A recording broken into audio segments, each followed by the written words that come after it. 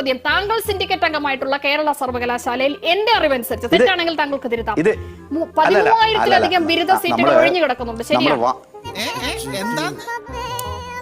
കേരളത്തിലെ കോളേജുകളിൽ നിങ്ങൾ ഈ പറയുന്ന ഇതൊക്കെ പച്ചക്കള്ള നമ്പറാണ്. എന്റെ തല പൊക്കോട്ടെ, പക്ഷെ സത്യം വിട്ടുള്ള ഒരു കളിയില്ല, അത് ഞാൻ പഠിച്ചിട്ടില്ല. കള്ളക്കണക്കാണത്. കേരള സർവകലാശാലയിൽ ബിരുദ സീറ്റുകളൊന്നും ഒഴിഞ്ഞു കിടക്കുന്നില്ല. ശരിയല്ലേ? താങ്കൾ പറയുന്നത് ഞാൻ വിശ്വസിക്കുകയാണ്. അല്ല കോളേജുകളിലെ സ്ഥിതി എന്നാണ് BJP മനസ്സിലാക്കുന്നത്. ശ്രീ ശങ്കുട്ടി ദാസ്,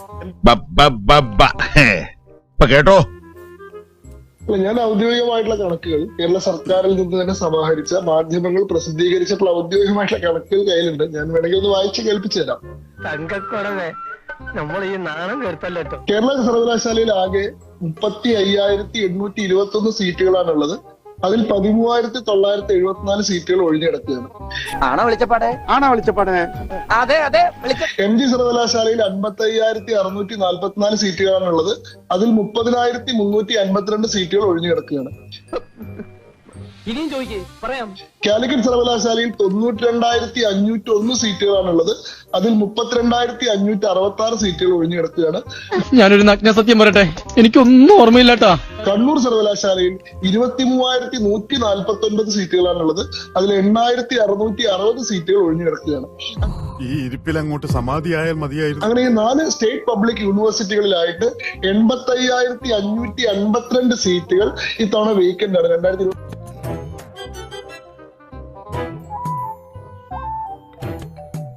കേരളത്തിലെ വിദ്യാർത്ഥികൾ പോലും കേരളത്തിലെ സർവകലാശാലകളെ ആശ്രയിക്കുന്നില്ല എന്നുള്ളതാണ് കണക്കുകൾ. മതി ഇപ്പൊ തന്നെ ആകെ നാറി. ഒരു കാര്യം പറയാം, ഇനി അധികം പരസ്യപ്പെടുത്തണ്ട കേട്ടോ. വർഗീയ ധ്രുവീകരണം ഉണ്ടായാൽ ആർക്കാണ് ഇതുകൊണ്ട് ആത്യന്തികമായ ഗുണമുണ്ടാകുന്നതെന്ന് കൂടി ഇവിടെ ചർച്ച ചെയ്യേണ്ടത് ആവശ്യമാണ്. ഇതിനകത്ത് പ്രത്യേക ഒരു വിഭാഗമുണ്ട്, ക്രിസംഖികൾ എന്ന് പറഞ്ഞിട്ടൊരു വിഭാഗം. അത് ആര് പറഞ്ഞു? അത് നിങ്ങളാണ് പറയുന്നത്. അപ്പൊ നിങ്ങൾക്ക് സപ്പോർട്ട് ചെയ്താൽ അതിൽ എന്ത് സംഖ്യ എന്നായിരിക്കും നിങ്ങൾ വിളിക്കുന്നത്? നിങ്ങള് ക്രീം ആക്രി എന്നായിരിക്കോ പറയുന്നത്?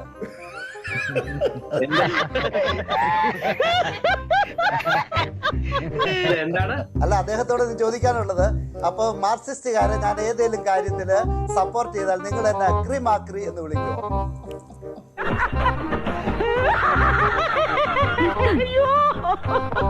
അത് നിങ്ങൾ മാക്രി എന്നോ ഞാൻ നിങ്ങളെ ക്രിപ്പോക്രി എന്ന് വിളിക്കട്ടെ?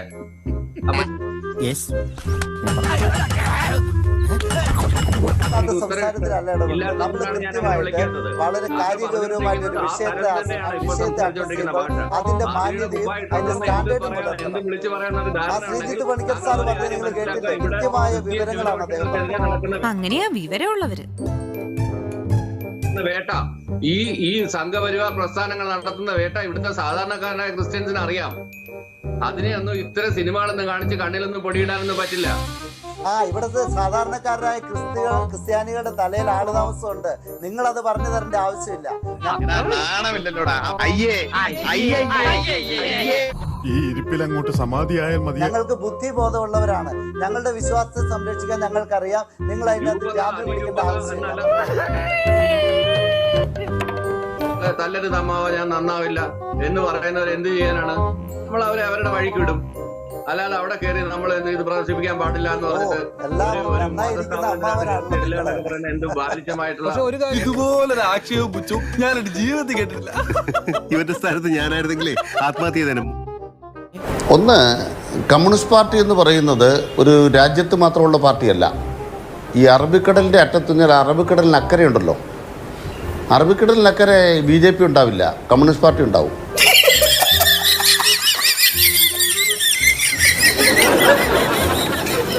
സപ്തസാഗരങ്ങൾക്കപ്പുറയും എല്ലാ സപ്തസാഗരങ്ങളും മറികടന്നാലും അവിടെ ചെങ്കുടി കാണും.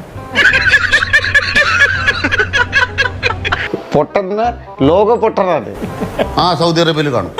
നിങ്ങൾ മനസ്സിലാക്കണം, കമ്മ്യൂണിസ്റ്റ് പാർട്ടി ഇല്ലാത്ത ലോകത്തെ ഒരു രാജ്യമില്ല, ഒരു ഭൂഖണ്ഡമില്ല. അറബിക്കടൽ വരെ കഴിഞ്ഞാൽ കമ്മ്യൂണിസ്റ്റ് പാർട്ടി ഇല്ലാന്ന്. ലോകത്ത് 82 കോടി ജനങ്ങളെ പട്ടിണിയിൽ നിന്ന് മോചിപ്പിച്ചത് കമ്മ്യൂണിസ്റ്റ് പാർട്ടിയാണ്.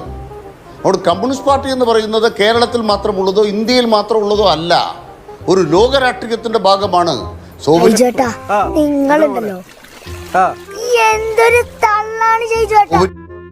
കൊള്ളാത്ത ആളുകളൊക്കെ ഉണ്ട്, കൊള്ളാവുന്ന ആളുകളൊക്കെ ഉണ്ടല്ലോ.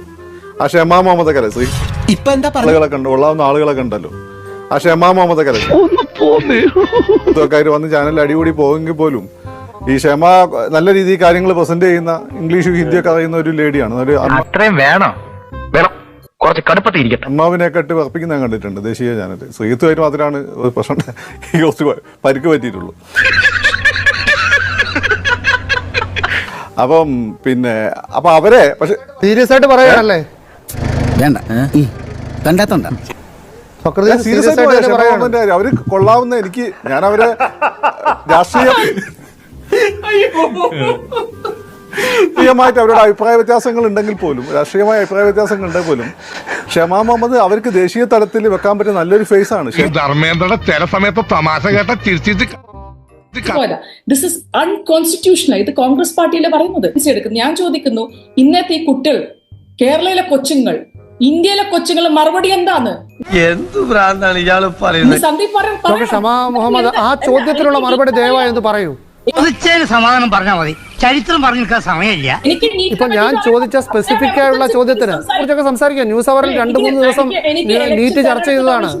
സംസാരിക്കണം, എനിക്ക് റൈറ്റ് ടു ഇൻഫർമേഷനെ പറ്റി സംസാരിക്കണം, എനിക്ക് ഈ ബുൾഡോസർ ജസ്റ്റിസിനെ പറ്റി സംസാരിക്കണം. ലോകത്തുള്ള എല്ലാ വിഷയങ്ങളെ കുറിച്ച് നമുക്ക് സംസാരിക്കാൻ കഴിയില്ല ഡോക്ടർ ഷമാ മുഹമ്മദ്. പാർലമെന്റിൽ നടന്ന കാര്യങ്ങളെ കുറിച്ചാണ് സംസാരിക്കുന്നത്. ഒരു CM, ജാർഖണ്ഡിലെ CM ഉള്ളിൽ മറ്റേ CM-ന്റെ മേലെ ഓൾറെഡി ഇത് ബെയിൽ കിട്ടിയിട്ട് പിന്നെ ഇവര് CBI കേസ് ഇട്ടിരിക്കുക. എന്താ നടന്നുകൊണ്ടിരിക്കുന്നത്? എവിടെയാ ജനാധിപത്യം? നീ എന്ത് തേങ്ങയാടി പറയുന്നേ? 5 മിനിറ്റ് ഡോക്ടർ ഷമയ്ക്ക് ലോകത്തുള്ള എല്ലാ വിഷയങ്ങളെ കുറിച്ച് പറയാനുള്ള അവസരം തരാം. അവസാനത്തെ 5 മിനിറ്റ് തരുന്നതായിരിക്കും. ഇപ്പോൾ ഇതിന് മറുപടി പറയും. എല്ലാം അദ്ദേഹം പറഞ്ഞിരിക്കുക, ഞങ്ങൾക്ക് ജനങ്ങളെ ഈ ശബ്ദങ്ങൾ, അതുകൊണ്ടല്ലേ ഞങ്ങൾ ഭരണഘടന എടുത്തിട്ട് മുന്നോട്ട് പോയി. എന്തുകൊണ്ടാണ് അവർ ചോദിച്ചോ ഫൈസാബാദിൽ വേണ്ട? ഷമാ മുഹമ്മദ് AICC വക്താവാണ്. ദയവായി ഇന്നത്തെ വിഷയത്തിൽ ഒതുങ്ങി നിന്ന് സംസാരിച്ചാൽ നമുക്ക് ചർച്ച നന്നായി മുന്നോട്ട് കൊണ്ടുപോകാമായിരുന്നു. അത് പിന്നെ ഇടവേളയ്ക്ക് ശേഷം വരാം. അപ്പോഴെങ്കിലും വിഷയത്തിലേക്ക് വരൂ ഡോക്ടർ ഷമാ മുഹമ്മദ്.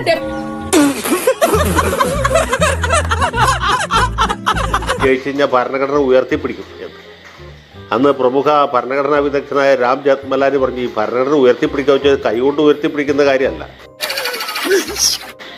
അത് വായിച്ച് അതിൻ്റെ അകത്തുള്ള കാര്യങ്ങൾ മനസ്സിലാക്കി അതിനനുസരിച്ച് പ്രവർത്തിക്കലാണ്. അപ്പോൾ അത് വളരെ പ്രധാനപ്പെട്ട കാര്യമാണ്. ഭരണഘടന കൈകൊണ്ട് ഉയർത്തിപ്പിടിക്കില്ലല്ലോ. ശക്തരായ സഖ്യകക്ഷികളില്ലാതെ ഒറ്റപ്പെടുമോ? ഇതില് എനിക്കിപ്പം ശിവസേനയും NCP പറ്റി സംസാരിക്കാൻ പറ്റില്ല. പക്ഷെ കോൺഗ്രസ് കരകയറും, തോൽവി ഉണ്ടാവും, അതാണ് രാഷ്ട്രീയം. ഇപ്പം എന്നാൽ ഇങ്ങനെ ഉണ്ടാവും ഒരു തോൽവി. രാഷ്ട്രീയത്തിൽ നമുക്ക് ഒന്നും പറയാൻ പറ്റില്ല. എനിക്ക് ഒരേ കാര്യം പറയാൻ പറ്റുള്ളൂ. രാഷ്ട്രീയത്തിൽ ഞാൻ കണ്ടെത്തോളം പറഞ്ഞ അബദ്ധാവോ എന്തോ, അത് ഉറപ്പാണല്ലോ. എന്റെ അനുഭവത്തിൽ നിന്ന് every dog has its day and every dog comes back. എല്ലാ പട്ടിക്കും അവരവരുടെ ദിവസമുണ്ട്, പട്ടികൾ തിരിച്ചു വരികയും ചെയ്യും. സോ അത് നമുക്ക് പറയാൻ പറ്റില്ല. ഇത് പോയോ, അത് ഞങ്ങൾക്ക് മനുഷ്യനിങ്ങനെ പക്ക പൊട്ടനായി പോയാൽ എന്ത് ചെയ്യും? അപ്പം എപ്പോഴും നിങ്ങൾ പറയുമ്പോൾ രാഹുൽ ഗാന്ധി എന്ന് പറയുന്ന നേതാവ് ഒരു കാര്യം വിചാരിച്ച് അദ്ദേഹം ചെയ്യുന്നതും അത് സത്യമാണെന്ന് നമുക്ക് മനസ്സിലാക്കാം. പക്ഷേ അത് മഹാരാഷ്ട്രയുടെ കാര്യത്തിൽ സംഭവിച്ചില്ല. ഇത്ര ദയനീയ തോൽവിയാണ് എന്ന് മാത്രമേ സൂചിപ്പിച്ചുള്ളൂ. നിങ്ങൾ എപ്പോഴും രാഹുൽ ഗാന്ധിയെ അനുകൂലിച്ച് എന്തെങ്കിലും പറയാതെ AICC ഓഫീസിലേക്ക് ചെല്ലാൻ കഴിയില്ലെങ്കിൽ വീട്ടിൽ പറഞ്ഞോളൂ, സമയമില്ല.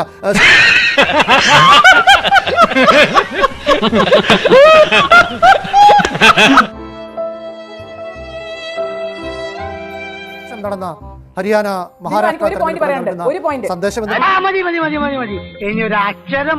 കൊണ്ടുപോകുന്നതുമാണ്. സമയം അവസാനിക്കുന്നു, ക്ഷമിക്കണം. ന്യൂസ് അവർ അവസാനിക്കുകയാണ്. നീ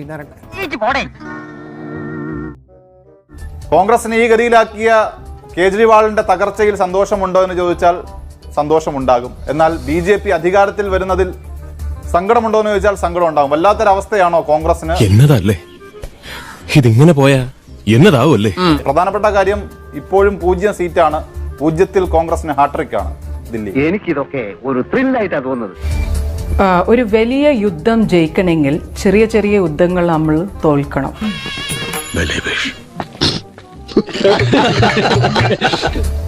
ഒരു വലിയ യുദ്ധം ജയിക്കണമെങ്കിൽ ചെറിയ ചെറിയ യുദ്ധങ്ങൾ നമ്മൾ തോൽക്കണം. സാധാരണയായി ജർമ്മനിയിലും പരിസര പ്രദേശങ്ങളിലും കണ്ടുവരുന്നൊരു ഞാൻ കണ്ടു എൻ്റെ വീട്ടിൻ്റെ അടുത്ത് തന്നെ കച്ചറ ഭയങ്കരമായിട്ട് കൃത്യം രാവിലെ 8 മണിന്റെ മുമ്പേ കച്ചറ എടുക്കുന്നുണ്ടായിരുന്നു. അതിന് മുമ്പേ കച്ചറ എല്ലാം അവിടെ ഉണ്ടാവും പുറത്ത്. എന്നിട്ട് ഇന്നലെ ഞാൻ നടക്കാൻ പോയാലും എൻ്റെ എല്ലായിടത്തും കച്ചറ. വെറും കച്ചറയല്ല, മഹാ മഹാ മഹാ കച്ചറ പോയത് അത് നമ്മൾ മനസ്സിലാക്കണമല്ലോ. നമ്മൾ ബുദ്ധിപൂർവ്വം ജയിക്കണം. അതെ, അതാ ഞാൻ പറയുന്നത്. അപ്പൊ ഞാൻ പറഞ്ഞു വലിയ യുദ്ധം ജയിക്കാൻ ചെറിയ യുദ്ധങ്ങൾ ഞങ്ങൾ തോക്കേണ്ടി വരും. കോൺഫിഡൻസ് കാണുമ്പോഴാ എനിക്കൊരാശ്വാസം. അത് മോൾക്ക് അവന്റെ കോൺഫിഡൻസിനെ പറ്റി അറിയാനിട്ടാ. മുമ്പ് തോറ്റ എല്ലാ ഇലക്ഷനും ഇതേ കോൺഫിഡൻസ് ആയിരുന്നു. എൻ്റെ അനുഭവത്തിൽ നിന്ന് every dog has its day and every dog comes back. എല്ലാ പട്ടിക്കും അവരവരെ ദിവസമുണ്ട്, പട്ടികൾ തിരിച്ചു വരും ചെയ്യും.